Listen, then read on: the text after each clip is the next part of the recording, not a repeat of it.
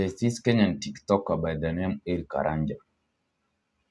One of the latest videos which I saw of him, he was actually discussing exotic cars which have been dumped in the port of Ram. If you don't know him, he is one of those individuals who refuse cars and is so massive on TikTok. Now, why is it so essential? Why is it even important to discuss that exotic cars have been dumped in the port of Ram? Here is why it's so important. Most of these cars were supposed to go to the countries in the Gulf. But since there's a war which is between the United States of America and Iran, the war was started actually by the two individuals, two culprits. That's the United States of America and its younger brother, Israel. Now, this war has prevented these cars to be taken to their destination. And why is that crucial to those individuals who are interested in the stock market, in Nairobi Stock Exchange market, in New York Stock Exchange market, London Stock Exchange market? Why does it even matter to follow this information? If you're interested in this kind of videos, remember to subscribe, like, and also don't forget to share. Now, these exotic cars were supposed to go to countries in the Gulf, but due to the risk which is associated with the ongoing war, they never reached their destination. What does it mean for those individuals who have been working in these factories which were responsible for the production of these cars? It means there are high chances they will not receive the full payment of their fee because the cars have not yet reached their destination. At the same time, it also means those individuals, those businesses which were supposed to receive these cars in the Gulf, they are not going to deliver these products to their customers because those cars are currently now in Kenyan port. Now, the individuals who are invested in Nairobi Stock Exchange, they do understand that most companies which are listed in Nairobi Stock Exchange, more especially in the agricultural sector, they rely heavily on the export of those products. For instance, we have Kapchoro tea, we have Sasim tea, we have Limuru tea, we have Williamson tea. These industries or these companies heavily rely on the export of tea to foreign countries. Those countries include, they are in the continent of Asia, Europe, and also we have China. But since there is a war which is ongoing between the United States of America, Iran, and also the Gulf region as a whole is involved in this war, it is too risky to export these products. The insurance sector is not going to insure those ships, those cargo ships which are involved in the exportation of these products. And even the individuals, the marine individuals who are involved in the oil sector, they will not be incentivized enough to actually involve themselves in these risky journeys. Because what if your ships end up being blown? It is somehow so risky. What should the investors of these companies, these industries, which are listed in Nairobi Stock Exchange, New York Stock Exchange, we have London Stock Exchange, expect in a few years coming? They should expect raw profits and even some losses because some of these products are going to be stored in depots in Mombasa or in the warehouses of the specific industry, of the specific companies.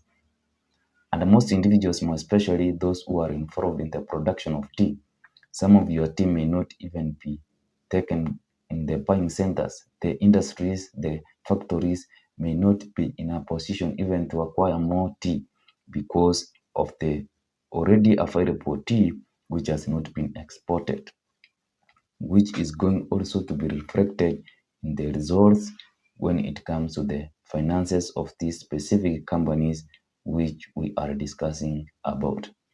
And also, some workers may end up getting out of work.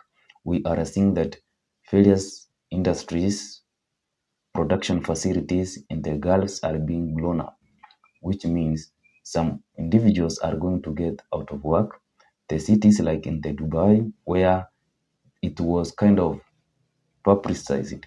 It was being exported as the safe haven of rich billionaires, rich millionaires. Some individuals may not even go back to these cities because it is somehow now risky, which should prepare you as an investor. Do not freak out, do not panic when your company which you are invested in currently shows pathetic results, poor results in a few years coming.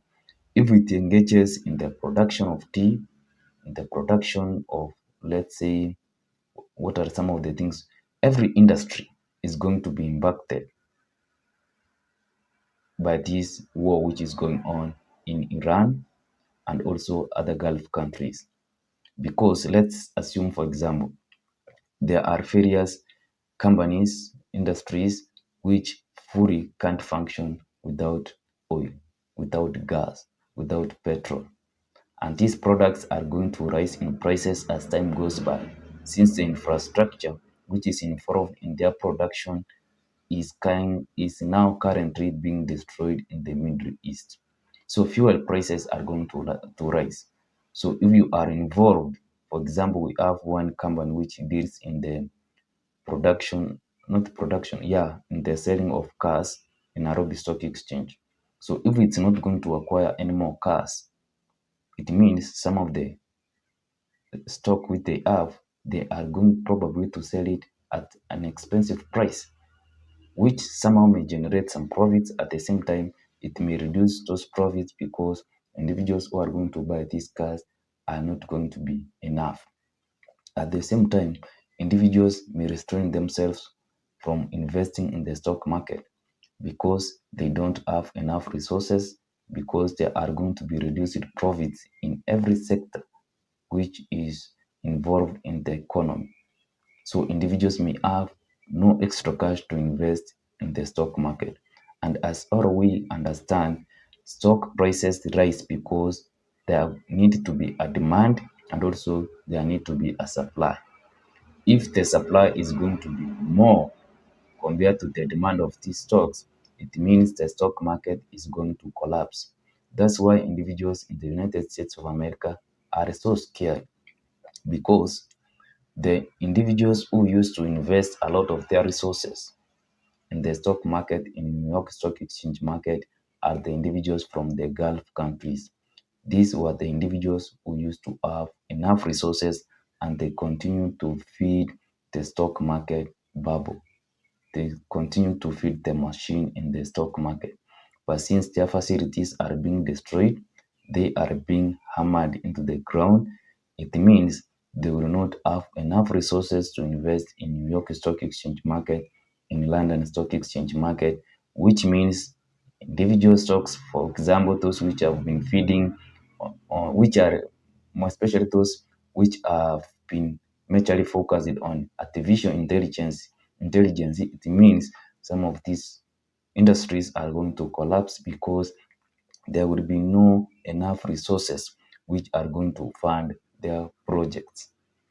And also, those individuals, more especially in the Gulf countries, they are going to take back their resources and continue and or start to rebuild their facilities which have been destroyed by this ongoing war.